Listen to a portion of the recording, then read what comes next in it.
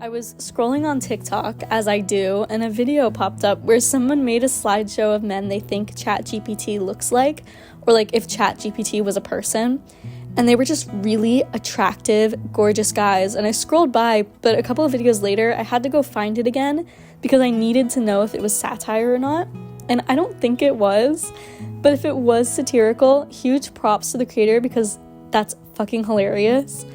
In my eyes, if ChatGPT was a person, it would not be attractive, like the TikTok. I hate ChatGPT though, and AI in general, and that's another topic for another day, but it got me thinking about beauty and social media and these kinds of things. What I thought of was cases of the dreaded, face reveal, where everyone hypes up these creators or voiceover actors or whoever, and when they see what they actually look like, they're disappointed, and they make their disappointment known.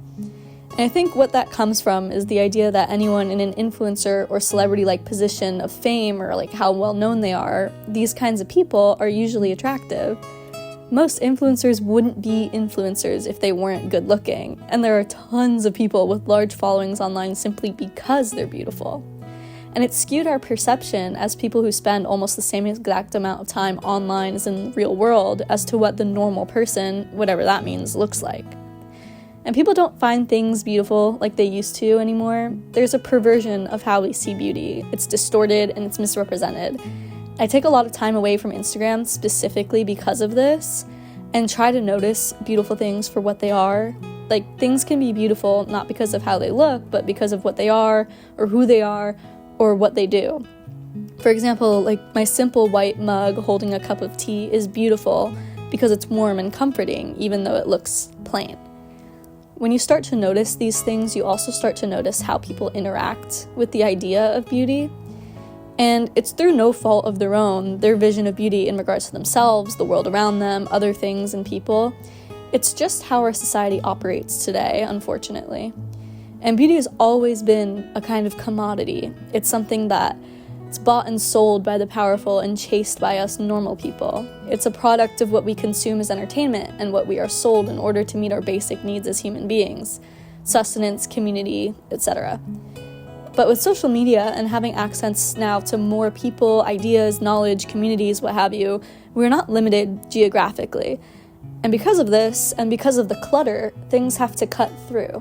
So algorithms push popular content and results to your searches based on data that's already biased towards the standard of beauty, historically biased and consistently biased.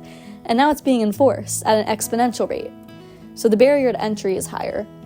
And even in our personal lives and with acquaintances and friends on social media, we're only ever seeing their greatest hits. But going back to face reveals and ChatGPT personified, where we get ahead of ourselves is pushing a perverse idea of beauty onto others and shoving things into boxes where they don't belong. It's why we feel self-conscious and why the most beautiful person you know feels self-conscious. There's always someone skinnier or with clearer skin, better hair, longer eyelashes, and there's always going to be someone out there who will comment on that about you and make you feel like you're not good enough.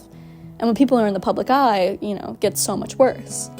Even when I was posting publicly on TikTok, I'd get lots of comments with compliments, but the 1 or 2 negative comments compared to the tens of positive ones are the ones I remember after 2 or 3 years. And women, God, we are picked apart for the smallest things. Even if not personally, as humans, we're comparative creatures. It's part of our nature to recognize patterns and relate ourselves to others. So when we see someone who we relate to, or even look a little bit like, getting torn apart in comment sections and tabloids, we take it personally. And I call this a perversion of beauty because that's what it is.